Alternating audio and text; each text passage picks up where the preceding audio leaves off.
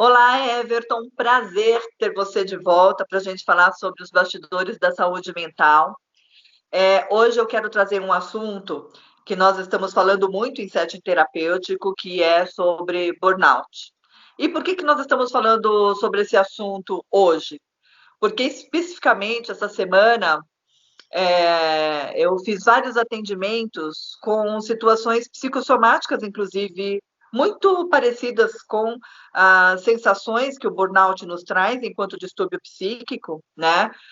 A gente entende que é uma condição, inclusive, do trabalho, e aí eu gostaria que você nos dissesse daqui a pouquinho sobre essa questão do burnout, que diz respeito ao esgotamento, né, no trabalho. E eu queria contar aqui uma curiosidade. Você sabe que o burnout, nos anos 70, ele era tido para ele era conhecido para as pessoas que usavam drogas. E aí eu lendo sobre isso, eu falei assim, puxa vida, né? Olha só que situação, né? Porque o Everton, inclusive, especialista em álcool e drogas, né? E a gente falando sobre burnout, que lá nos anos 70 eles já conheciam como a tal da bad trip. Então é assim, todos os sintomas, né, que o esgotamento físico e mental no trabalho, a gente tem como taquicardia, insônia, ansiedade, estresse, você vai discorrer entre outros aí, era tido nos anos 70 como a bad trip por conta da dependência química. E aí tem um psicólogo alemão que nessa época, ele chama Herbert Freudenberger. Eu acho que o pessoal aí, se tiver curiosidade, para dar um Google e entender o que esse psicólogo fez, ele foi numa clínica para trabalhar com voluntários dessa clínica, exatamente para entender a somática dessas sensações que eles tinham por conta do esgotamento no trabalho, porque eles tinham que acolher esses dependentes químicos e eles estavam extremamente exaustos. E aí ele falou assim, puxa vida, né? Olha só, não é uma questão do dependente, porque ele não foi lá para falar sobre o dependente, mas é uma questão de esgotamento no trabalho. Então, o burnout ele pode ser utilizado para isso, não é só uma questão de bad trip. E aí, nos anos 80, ele escreveu um livro sobre burnout em Nova York. Então, quis trazer aqui essa informação, porque eu achei muito curioso quando lendo sobre isso, eu falei assim, caramba, né, tem que estar lá, ó, nos anos 70 está relacionado com álcool e drogas. Para você ver como é tão importante a gente falar sobre isso, porque esses sintomas, eles vêm, né, e eles vêm de uma forma extremamente forte. Se a gente não olha para isso, quando a gente percebe, a gente já está dentro de um transtorno sem necessidade de estar, né? Então, eu gostaria que você nos falasse um pouco sobre burnout. Prazer estar aqui, Luciano, novamente para essa nossa conversa, né, de esclarecimento sobre temas relacionados à saúde mental e o burnout sendo uma delas muito importante, né? A princípio, né, esclarecer que o burnout não tem um capítulo na CID-10, que é a Classificação Internacional das Doenças, relacionadas à saúde mental. Na CID-10 ele está no capítulo das doenças relacionadas ao trabalho. Isso não quer dizer que traga consequências à saúde física e mental quando diagnosticado corretamente e quando em tratamento corretamente também. E importante a gente falar, o burnout vem do termo do inglês queimar-se por completo, né? Inteiramente. Então, leva a uma sensação de esgotamento físico, mental, negativismo, um distanciamento do trabalho, às vezes reações irônicas no trabalho, cansaço, irritabilidade, dificuldade de concentração e memória. Isso especificamente temas relacionados ao trabalho. Como que a gente chega até sinais, sintomas, e por que acontece isso? Pressões relacionadas ao trabalho, cobranças excessivas, isso a questão corporativa. Da questão pessoal, a própria pessoa, a cobrança que ela faz consigo mesma, a dedicação exclusiva ou excessiva que ela dá ao seu trabalho. Então, todas essas questões, num transcorrer de um tempo, pode levar a esses sinais e sintomas que a gente relatou. E é importante que a pessoa tenha uma adequação ao seu ambiente de trabalho, no caso, se for uma relação com a cobrança que ela tem do trabalho em si, e se for relacionada à pessoa, que ela tenha mudanças no seu estilo de vida e dê importância a outras áreas que não apenas o trabalho, né? E para esse adoecimento. Diagnóstico em si, a gente faz, né, no consultório, quando a gente vê que tem sintomas relacionados, de fato, à carga excessiva de trabalho, a maneira como a pessoa se relaciona com esse trabalho, porque muitas vezes vão nos procurar em consultório com esses sintomas que a gente falou, cansaço, irritabilidade, estresse, dificuldade de concentração e memória. A gente faz uma investigação lá na amnese de todo o processo de vida, todas as relações, e a gente percebe que tem uma relação específica mais direcionada ao trabalho. Isso não quer dizer que, com o transcorrer do andamento desse esgotamento, a gente não possa ter doença. A gente percebe muitas vezes sintomas de depressão, então que transcorre não apenas o trabalho, a pessoa começa a ficar com desânimo intenso, perda de interesse, humor deprimido de fato, crises de choro, vontade de ficar mais isolada, isso no transcorrer pessoal e particular também, assim como pode passar a ter crises de ansiedade, taquicardia, temores, né, uma angústia muito intensa, pensamentos acelerados, que a gente percebe o transcorrer dessa doença relacionada ao trabalho para sua vida pessoal e para o adoecimento da saúde mental de fato. A ideia, pode falar. Claro. A ideia, Luciana, é que no nosso diagnóstico, né, na nossa terapêutica, quando o paciente nos procura, que a gente tente fazer o diagnóstico mais precoce possível para poder estar ajudando esse paciente, né, inclusive evitar o adoecimento com outras questões relacionadas à saúde mental, como a gente bem colocou. No mundo corporativo, a ideia seria que os gestores pudessem ter uma visão para esse adoecimento, no sentido de encaminhá-los preventivamente aos médicos, aos terapeutas, para que pudesse cuidar dessa saúde mental desse trabalhador, né, saúde física e mental, evitando assim o adoecimento, evitando assim o afastamento, né, reconhecendo que claro que tem que ter uma cobrança do funcionário, porque é uma troca, né, então a gente precisa ter um processo de trabalho, precisa ter uma cobrança, mas dentro de um limite daquilo que o funcionário pode, né? E se ele tiver com a saúde preservada, ele vai realmente produzir muito mais, vai se dedicar mais ao seu trabalho e as questões às vezes não estão relacionadas ao tempo, mas à qualidade do investimento, né? Então, a cobrança por 12, 13, 14 horas, isso acaba ficando um pouco inviável, de repente reduzir isso é só um exemplo, tá? Mas podem ser outras formas, como por exemplo 12, 13, 14 horas de trabalho, vamos tentar pensar se pode ser articulado com 9 horas, 8 horas de fato, a menos até, com uma qualidade, uma dedicação maior, com um programa de repente de lazer para o funcionário, reconhecendo que ele tem a questão familiares, outros pontos, né? Isso na questão corporativa, entendendo que a saúde preservada vai repercutir na saúde da empresa como um todo, relativa à produtividade e o retorno que esse funcionário pode dar. A questão pessoal, um profissional autônomo, ou mesmo o que não é autônomo, que ele dedica ao trabalho e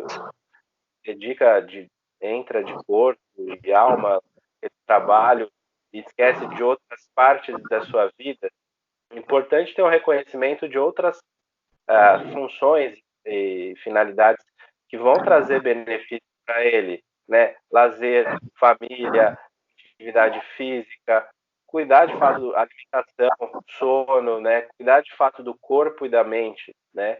E não especificamente a dedicação exclusiva e excessiva ao trabalho, né? Que a gente percebe que tem uma relação um pouco direta com isso. Do lado do mundo corporativo da pressão em excesso para que aquele funcionário produza o tempo todo e extraia o tempo todo questões positivas, e do próprio funcionário em si, aquela workaholic que a gente diz, né? Só vê o trabalho como solução para tudo. Então, não, tanto de um lado como de outro, a gente tem que ter o equilíbrio, uma harmonia, né, da cobrança que tem do lado corporativo e da questão do funcionário, da dedicação que ele dá às outras partes da sua vida. Porque a gente precisa sentir bem-estar, né? Então, quando a gente trabalha e equilibra todas essas questões, a gente consegue chegar ao bem-estar. Inclusive, acontece muitas situações de desesperança, né? E muitos relatam, poxa, eu perdi a esperança, eu perdi até a fé.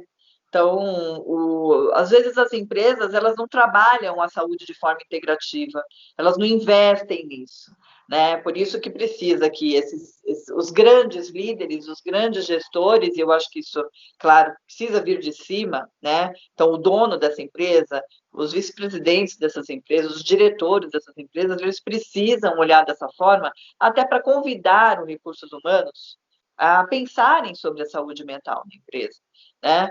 A gente, claro, a gente usa o termo aqui saúde mental, mas nós estamos falando da saúde integral. Então, assim, quando a gente fala da saúde do corpo, da mente, da alma, quando a gente fala sobre a higiene do sono, quando a gente fala também sobre a informação, porque educar, informar, trabalhar a cultura, né, da empresa, também nos leva ao bem-estar, que é aquela sensação de que, não, eu entendo isso, percebo que estou sendo acolhido e eu quero permanecer nessa empresa, então eu vou fazer o máximo possível para performar com qualidade e não ter que me colocar também numa posição de esgotamento. Então, o quanto que nós conseguimos também liberar essa condição de não nos colocar no workaholic, né? Mas entregar com qualidade, liderar com qualidade, delegar, inclusive, com qualidade, porque quando eu delego, eu também diminuo a minha carga horária, a minha carga de trabalho, evitando aí essa fadiga, né, mental e física, porque quando a gente está com essa fadiga mental, o nosso corpo, somaticamente, ele vai sentir isso rapidamente. Então, eu sempre falo, cuidado, você está com uma enxaqueca, é uma enxaqueca que não passa, né? Você tem enxaqueca num dia, ok, agora você está há 3 dias com enxaqueca, é outra situação. Então, essa mulher, ela fala, não, mas aí ela vai se enganar e ela vai falar, vai se sabotar, né? E aí ela vai falar assim, não, é TPM, cuidado. Então, como que a gente consegue, inclusive, olhar para esses sintomas, dividindo, né, o que a gente está sentindo, que é tão, separando isso, que é tão parecido com outros sintomas que a gente tem em épocas específicas, né? Então, eu estou falando da mulher, porque a mulher tem uma questão hormonal, que é a TPM, que muitas mulheres sofrem com isso, inclusive, que precisam de tratamento, né? TPM, ela consegue ser tratada, mas com o esgotamento mental por conta do trabalho, essa TPM, ela vai vir com sintomas diferentes. E muitas vezes a gente não consegue entender aonde começa um, onde termina o outro, né? Ou como que está se sobrepondo. Por isso, claro, essa dificuldade, inclusive, de diagnóstico, quando a gente fala de sintomas, porque são muito parecidos, né? A pessoa que está sentindo esse esgotamento, Everton, como que ela pode se auto-identificar? Quais são as características principais que a gente pode falar assim, olha, opa, acendeu aqui a luzinha, vermelha já, né? Eu preciso de ajuda. Tem alguma característica principal para isso que você considere realmente muito importante? Você falou de coisas, Luciana, muito importantes aí antes de entrar nessa pergunta que você me falou sobre a saúde, né? A maneira como a gente enxerga a saúde, né? Isso culturalmente é como ausência de doenças, né? E na verdade a saúde é o bem-estar físico, social, mental, espiritual. Então envolve algo que vai além do que eu estar doente ou não doente, né? E você também colocou outra questão importante, que é o delegar, né? Isso é muito importante também quando eu tenho muitas tarefas a fazer, eu tenho que delegar algumas coisas. No cerne de todas as questões, eu que vou estar centrado, eu que sou o principal, né? A pessoa, no caso, que está lá trabalhando, mas delegar algumas questões aí é importante. Não é tão fácil e simples, né? Mas ter esse feeling, a percepção de que algumas coisas eu posso deixar que o outro possa fazer por mim, e com isso eu me sobrecarrego menos, né? Mas especificamente, Luciana, voltando à pergunta que você fez sobre características, né? Como que a pessoa pode perceber? É muito difícil a pessoa lá, ela por si, conseguir ter essa percepção, né? Como a gente disse, ela sempre vai achar que é porque está cansada por N motivos ou por alguma coisa, enfim, X, né? Algum motivo externo. Às vezes é difícil fazer essa relação especificamente com o trabalho. Mas quando a gente percebe que a relação direta com sintomas relacionados ao trabalho, esse é o caminho para a pessoa identificar que tem alguma coisa acontecendo que está errada. Então, por exemplo, se ela consegue se relacionar bem com seus amigos, com seus familiares, os interesses específicos dessa pessoa estão preservados, porém, no trabalho, ela tem uma sensação de cansaço extremo, de esgotamento, ela tinha uma produção e agora não tem, começa a se distanciar, começa a ter pensamentos ruins, negativos, começa a acordar e ir para o trabalho e falar, poxa, mais um dia, não com aquele prazer de acordar, puxa, estou indo para o meu trabalho, mas com aquela sensação de que, caramba, estou indo novamente e não vê a hora de voltar. Então essas são características aí de identificação pessoal, né, para tentar a percepção de que, opa, alguma coisa está errada, talvez esteja na hora de eu ir buscar uma ajuda, né? Everton, você falou sobre essa questão dos pensamentos negativos, né? Esses pensamentos mais autodestrutivos. Eu percebo em setting que o comportamento de automutilação e os pensamentos suicidas, eles aumentaram. Então, eu não estou falando de uma população de adolescência, não. Eu estou falando de uma população, de um jovem, né, que iniciou, inclusive, carreira, ou que está na carreira há pouco tempo, e que se sente mais ansioso, ou que tem até um transtorno pré-estabelecido ali, mas que já está medicado, e que, por exemplo, esse comportamento de automutilação, ele já não acontecia mais por muito tempo, e voltou a acontecer. Então, a gente considera como uma recaída desse comportamento, né? Enquanto o burnout, esse esgotamento, ele permite que essas recaídas realmente aconteçam? Tem alguma ligação com isso? Interessante essa pergunta, muito importante, Luciana. Pode haver, sim, né? E é importante um diagnóstico correto, né? Uma avaliação correta do profissional, para a gente tentar entender se isso tem uma relação com a doença em si, como a recaída de uma doença, ou com uma relação de uma possível recaída relacionada ao esgotamento direcionado ao trabalho, né? Fazer esse diagnóstico realmente é difícil, mas tem algumas características que a gente pode entender como importantes. Você bem colocou, a pessoa estava estabilizada das questões que estava tratando, né, seja da saúde física ou mental, em algum momento começa a manifestar novamente sintomas.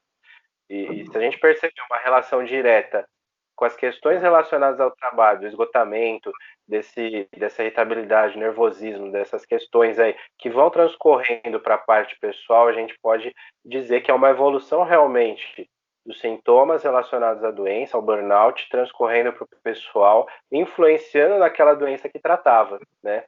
Ok.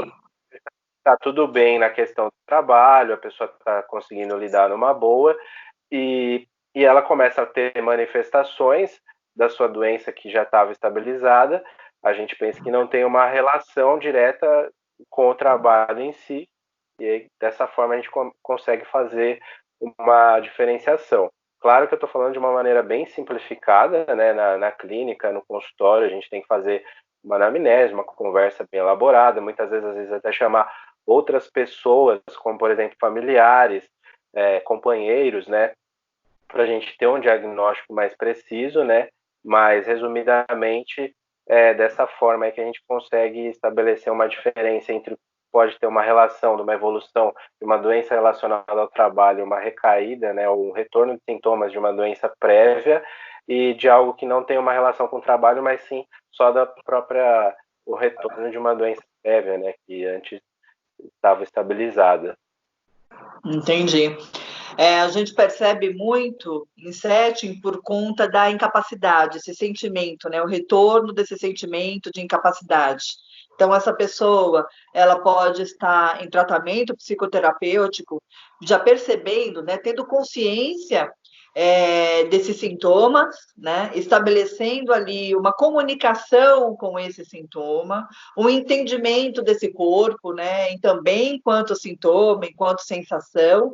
E agora, com essa questão da pandemia, isso e trazendo o home office, esses comportamentos eles voltaram e voltaram com maior força, porque eu me sinto incapaz, eu não estou conseguindo liderar de casa, eu não estou conseguindo, e aí não vamos nem falar só do trabalho, eu não estou conseguindo performar na faculdade, porque algumas aulas acredito que deveriam ser feitas diferente, e eu percebo que a minha nota talvez possa diminuir, como que vai ser a minha educação, né, a minha formação com esse sistema, uma vez que é o meu último ano. Então, tudo isso está trazendo uma angústia, né, uma instabilidade muito maior, uma desesperança, uma incerteza. E aí, é claro, eu sinto isso muito forte, e aí eu me automutilo porque eu preciso aliviar essa dor psíquica, né?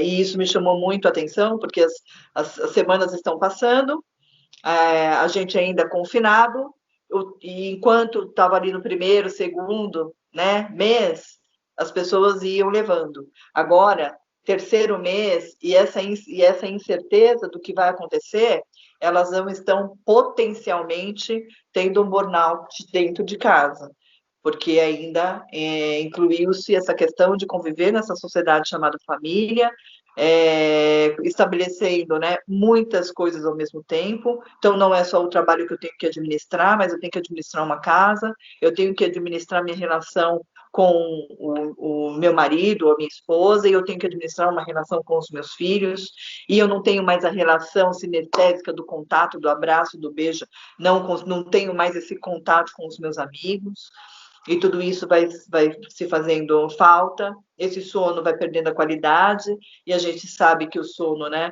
é uma questão que ele é acumulativo, a gente não consegue reparar isso, é um dano, infelizmente, que vem de uma forma acumulativa, e a gente vai entendendo que, inclusive, certas compulsões, elas também, ou elas aparecem, ou elas potencializam. E aí eu gostaria que você nos dissesse, inclusive, enquanto, né, especialista na área, como que o burnout, ele potencializa compulsões como álcool e drogas. É importante, né, tudo isso que você colocou, Luciana, fazendo aí voltando um pouco também, né, a questão do home office, né, ela traz muitas mudanças positivas, né, no sentido de que eu posso fazer as tarefas onde eu quiser, a hora que eu quiser, né, nesse sentido é muito positivo, não tem uma programação de que dia, que horário, só tem, claro, uma cobrança para ter uma resolutividade e uma produtividade, né, final. Mas não precisa necessariamente eu ficar 8 horas seguidas fazendo algo. Eu posso fracionar isso, eu posso, de repente, um dia trabalhar mais, outro dia menos, isso depende muito da minha organização pessoal, né? Nesse sentido foi positivo, né? Porém, tem o lado negativo também, de você não conseguir se desligar das questões relacionadas ao trabalho. Você está a todo momento ligado a isso. Então, você já recebeu uma mensagem, tem que responder alguma coisa, isso é para amanhã de qualquer jeito. Então, nesse sentido, fica mais desgastante. Além de todas as questões que a gente tem que lidar, né, nesse momento da pandemia, como você bem colocou, as relações familiares, eu não poder ter o contato físico com outras pessoas que eu antes tinha, o happy hour que tinha, agora eu não posso ter, né? E além disso, eu estou na minha casa tendo que lidar o tempo todo com as pessoas que eu convivo, seja meu pai, minha mãe, meus irmãos, seja minha esposa, meu esposo, os filhos. Então, isso acaba sendo difícil quando a gente transpõe o ambiente de trabalho para casa e a gente não tem os limites muito bem precisos daquilo, né, que a gente vai conseguir delinear. O burnout, o fato da pessoa estar em estado de burnout, né? Ela vai procurar álcool e drogas a partir de uma compulsão já pré-instalada, pré-estabelecida, ou a partir de novos hábitos, porque é aquela sensação de que eu preciso me aliviar, então eu vou tomar uma cerveja, vou tomar um vinho, e quando a gente vê, isso está acontecendo 2, 3 horas da tarde, 4 horas da tarde, né, todos os dias da semana. Como que é essa relação do burnout com compulsões, inclusive alimentares, né? A gente está falando de álcool e drogas, que é extremamente importante, porque essas pessoas estão precisando ficar abstinentes, e no fundo, é assim, já liberei, já não aguento mais. Então, deixa eu liberar aqui, né? E quando a gente vai falar da codependência, o codependente falou, pelo amor de Deus, não aguento mais ajudar você a pensar de forma diferente. Então, é assim, eu lavo as minhas mãos, né? Porque também dá esse esgotamento emocional de ficar ali, olha, não faça isso, espera mais um pouco, tudo isso vai passar, né? E essas desesperanças, essa incerteza. E aí, aquele que é mais compulsivo vai falar: não aguento mais. O meu corpo está gritando de dor, inclusive, por conta dessa abstinência. Não aguento mais. Ao mesmo tempo, nós temos aqueles que não se trata de compulsão, mas se percebe com um comportamento, um hábito que anteriormente não tinha. E aí, é claro que vem essa preocupação, porque aí gera culpa, gera frustração, gera desentendimento na própria família, gera mau exemplo para o próprio filho, né? Então, eu gostaria de entender um pouco sobre isso, burnout e sobre compulsões e sobre comportamentos novos. É muito importante, né, essa pergunta aí, dando seguimento aí ao que a gente estava falando. Não existe uma relação direta, o burnout com a compulsão em si. O que a gente pode ter é uma compensação, né, de algo que a pessoa não percebe que está relacionado ao trabalho, então ela vai ter que compensar de alguma forma. Para quem já tem uma predisposição e tem um diagnóstico de algum tipo de compulsão, seja ela por álcool e drogas, sexo, jogos, compulsão alimentar, vai aumentar sim de fato, porque ela vai ter que ter uma transposição, algo que ela não tem, um prazer que ela não tem, que não supre mais relacionado ao trabalho pelo esgotamento, então ela pode realmente piorar uma compulsão que ela já tinha, como as pessoas que não têm esse tipo de compulsão, não tem um diagnóstico, não tem uma disfunção relacionada a isso, pode desenvolver, né? Pode ser assim uma coisa momentânea, pontual, desse momento que a gente está vivenciando, mas é importante a pessoa ter essa percepção. Poxa, eu não comia tanto como eu como agora, estou comendo exageradamente. O que será que está acontecendo? Parece fácil a pessoa por si só perceber, mas ao redor dela vão direcionar, né? Vão falar. Então, transpondo para a questão das drogas, poxa, você não bebia tanto quanto você está bebendo agora. O que está acontecendo? Como eu disse, a pessoa em si perceber aquilo, né, como um aumento, talvez tenha uma percepção muito pequena, muito vaga, mas ela por si só às vezes não percebe. Então, quem está ao seu lado, que, né, dá um toque, fala alguma coisa, e a gente pode ter essa relação, sim, do próprio sintoma do esgotamento com piora da compulsão, né? Porque é de uma doença, como eu disse, do evoluir do burnout para outras doenças, né? Então, a pessoa que tem uma compulsão em si pode piorar, se ela já estava compensada com o evoluir do burnout não diagnosticado e não tratado, pode evoluir para piora de compulsões prévias que já tinham. E a pessoa que não tinha um tipo de compulsão pode vir a desenvolver. Saber se vai ser daí uma doença ou algo relacionado ao momento, né, do que a gente está vivendo, né, e pelo próprio questão do burnout, isso a gente consegue fazer com diagnóstico no consultório, com consultas, né, dizer, assim, nessa nossa conversa mais difícil, porque aí é a conversa do 1 a 1, né, com o próprio paciente, para a gente conseguir entender se é uma compulsão que já vinha previamente ou se está desenvolvendo no momento, se tem uma relação só pontual com o trabalho, isso a gente consegue determinar, mas o que eu quero dizer com isso, resumidamente, voltando, é que a gente pode ter uma piora, assim, das compulsões prévias que já tinham diagnosticadas caso tenha um evoluir do burnout. É uma linha tênue, é difícil perceber que tem uma relação direta com sintomas relacionados ao trabalho de um evoluir para um novo adoecimento, uma piora da doença anterior, né? Entendi. E para a gente entender como que podemos diminuir essas sensações, né? Ou diminuir esses sintomas. O que você aconselharia que as pessoas fizessem? É importante a pessoa reconhecer que tem algum problema, né? E buscar ajuda. Primeiro passo, né? Isso quando já chegamos à situação do burnout por si só. Para evitar que a gente chegue até a situação do burnout, nas empresas como um todo, reconhecer que a saúde física e mental daquele seu funcionário é importante, então medidas de prevenção, como consultas médicas regulares, pelo menos uma vez por ano, para a gente diagnosticar problemas relacionados à saúde lá no seu início, entender se tem uma relação direta com o trabalho ou não.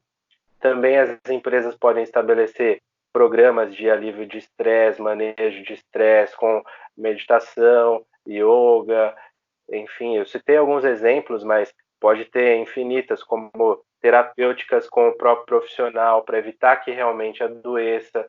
Como eu disse lá no começo, a saúde nossa não se resume à ausência de doenças, bem-estar físico, mental, emocional, tentar fazer com que esse funcionário tenha presença na sua família, tenha momentos de lazer, estimular esses momentos, né? Isso da questão da parte da empresa, do gestor, né? Do próprio funcionário, ter outras relações que não apenas o trabalho, né? Como algo principal, fator principal. Então, ter momentos de lazer, de atividade física, de participação em eventos sociais, é isso, né? Não ficar só preso ao trabalho, né? Como se aquilo fosse apenas o seu modo de vida é o que eu trabalho. É claro que quando a gente tem satisfação com o que a gente faz, a gente trabalha com o maior prazer, mas nós temos um limite daquilo que a gente consegue dar, né? Para o trabalho. E a gente precisa ter outras possibilidades, né? Isso é importante, na condição de ser humano, ser social, né? Não somos só ser laboral. Exatamente, social não só laboral, né? A gente sempre fala na Humanamundi como nós trabalhamos o modelo integrativo de cuidados dentro da saúde integral, não só como protocolo para as pessoas físicas, né? Aquelas, inclusive, que já estão em setting terapêutico, ou o setting terapêutico de uma família, um setting terapêutico desse adolescente, mas quando a gente fala em setting terapêutico de um organismo chamado empresa. Então, o nosso modelo integrativo de cuidados, ele traz exatamente esse apoio, essa rede de apoio de especificidades para que a saúde dessa empresa seja boa e esse capital humano esteja capacitado, né, para poder mostrar muito mais resultados e tendo um reconhecimento genuíno de que, olha, eu consigo, eu dou conta, eu estou entregando, né, com qualidade aquilo que me foi pedido, então melhorando inclusive a relação desses líderes com esses liderados, né? Quando a gente vai falar de liderança. E é claro que a promoção de rodas de conversa, o próprio acolhimento terapêutico, quando a gente fica nessa escutativa, acolhendo para aliviar essa questão dessa dor emocional, né? Essas questões dos exercícios físicos, que a gente não fala só do laboral, não é só uma questão de quick massage, e vamos aqui fazer um exercício rápido de 10 minutos de alongamento.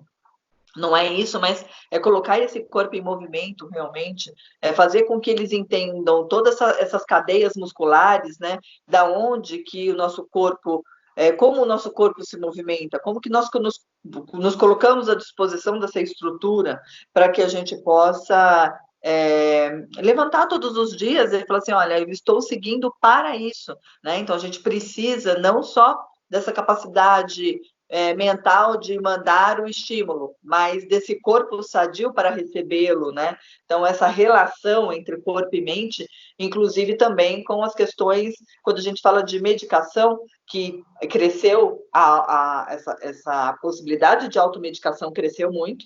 A gente tem pacientes, inclusive, que tomam muito mais Rivotril e Frontal para dormir, que não é o caso, né? Sem acompanhamento médico.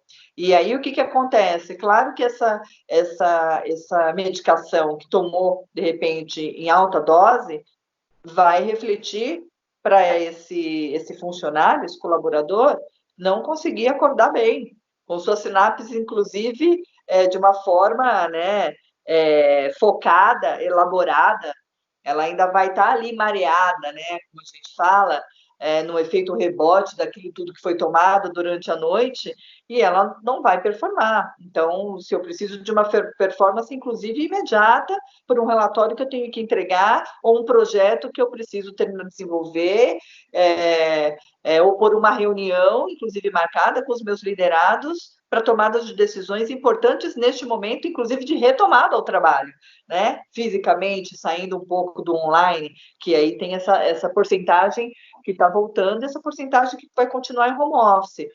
A questão da meditação, quando a gente faz essa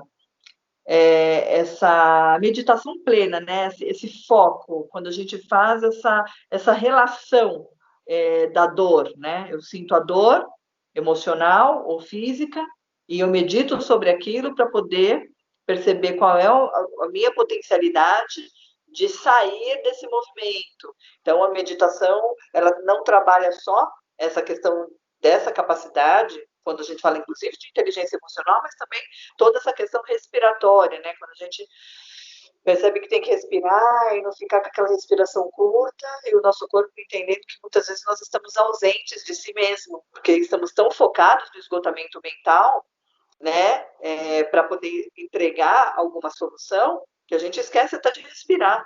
A gente nem percebe isso, né? Isso é tão comum, mas também é tão imperceptível. E a questão da informação e educação. Então, a gente gosta de trabalhar muito com o que a gente chama de circuito de palestras, né? Para falar sobre bem-estar, sobre saúde, sobre elaborações, né? Sobre lideranças, sobre comunicação, como eu me comunico da melhor forma. Porque quando a gente leva informação, essa pessoa se sente também acolhida e também e aí a partir daí ela fala assim, opa, surgiu essa dúvida que eu não tinha pensado nisso. Então eu preciso rever meus valores, rever meus conceitos. Elas conseguem nos falar sobre tabus, né? Que os tabus dentro das empresas também precisam ser falados. Então, recursos humanos precisa alimentar essa possibilidade de que, olha, vamos falar sem tabus, né? Vamos realmente entender que nós estamos aqui para te ouvir, e isso não significa que eu vou te mandar embora, não significa que você vai ter um ponto negativo, mas um ponto extremamente positivo quando a gente melhora as nossas relações interpessoais e o clima organizacional da nossa empresa, né? Nos colocando à disposição, inclusive, de ajudar uns aos outros, né? E entender os nossos perfis, e reposicionamento de perfis, inclusive. Então, a questão da nutrição, quando a gente fala, poxa, como que você está se alimentando? Então, você está numa empresa, tem muitas empresas, inclusive, que elas servem alimentação, né? Quando a gente pega essas empresas maiores, tem ali uma nutricionista que vai cuidar da alimentação desse colaborador. E ele em casa, ele vai ter aquela alimentação talvez desregrada que ele já vinha antes, né? E muitas vezes nem se alimentam, porque talvez não tenham tempo de fazer a sua própria comida, porque ele está ali realmente focado no trabalho. Então, muitas vezes, ele não consegue também se alimentar. E aí, a falta, a privação dessa alimentação vai nos causar um problema nutricional e que isso vai refletir também na nossa capacidade de concentração. Né? Então, a gente precisa se alimentar para a gente poder entender que a gente vai conseguir se concentrar de uma forma muito melhor e com mais qualidade. E também toda essa questão da dinâmica familiar, o quanto mais eu me comunico melhor com a minha família e eu deixo um ambiente não hostil, um ambiente mais tranquilo, né, um ambiente mais fluido, eu consigo também me colocar à disposição de mim, me colocar à disposição de mim mesmo e também me colocar à disposição com mais qualidade da empresa e da família. Então, tem certas promoções que a gente precisa pensar para a gente poder chegar ao equilíbrio. Eu gostaria de agradecer muito sua presença, esse bate-papo foi muito gostoso, espero que o nosso público curta muito, então eu peço até que nos siga ali, né, no nosso canal de LGBT, o canal da Humana Mundi, para ter acesso a esse vídeo e tantos outros, né, que nossos parceiros estão fazendo com tanto carinho, porque a gente está aqui para levar informação, mas daqui a pouco também a gente vai voltar para falar da retomada e logo, logo o Manamundi estará de portas abertas para poder atender um a um. Obrigada, Everton. Obrigado, Luciano, pela essa oportunidade, mais uma vez, né? Um prazer aí, essa conversa nossa. E queria falar sobre a Humana Mundi em si, né? É um prazer trabalhar lá e ter essas terapêuticas integrativas, né? Como você bem disse, que enxerga a saúde não apenas como a ausência de doenças. E se a gente conseguir transpor isso para o ambiente corporativo, né? O bem-estar físico, social, mental, espiritual do seu funcionário, a empresa valorizando esse cuidado, não deixando o seu funcionário adoecer, o funcionário vai sentir-se valorizado, vai trabalhar sempre bem, vai estar motivado ao seu trabalho, então com isso vai ter um aumento de produtividade e vai ter um ganho para os dois lados, né? Isso que é importante e a gente consegue evitar de fato a chegada ao burnout e evitar o adoecimento. Quero dizer com isso que a gente não vai adoecer ninguém, nenhum funcionário ou nenhuma pessoa, isso é humanamente impossível, porque as doenças vão continuar acontecendo.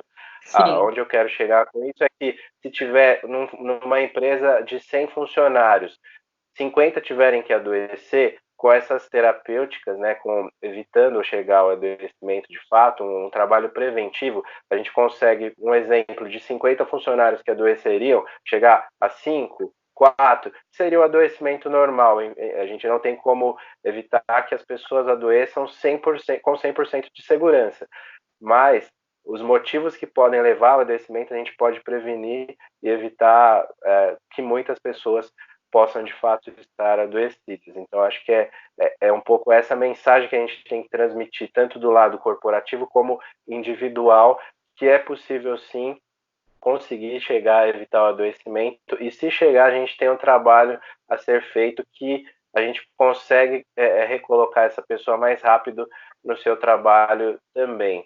É isso, Luciana, ótimo. E agradeço mesmo essa oportunidade, é um prazer e vamos ter mais encontros aí pela frente. Muito obrigada, Everton.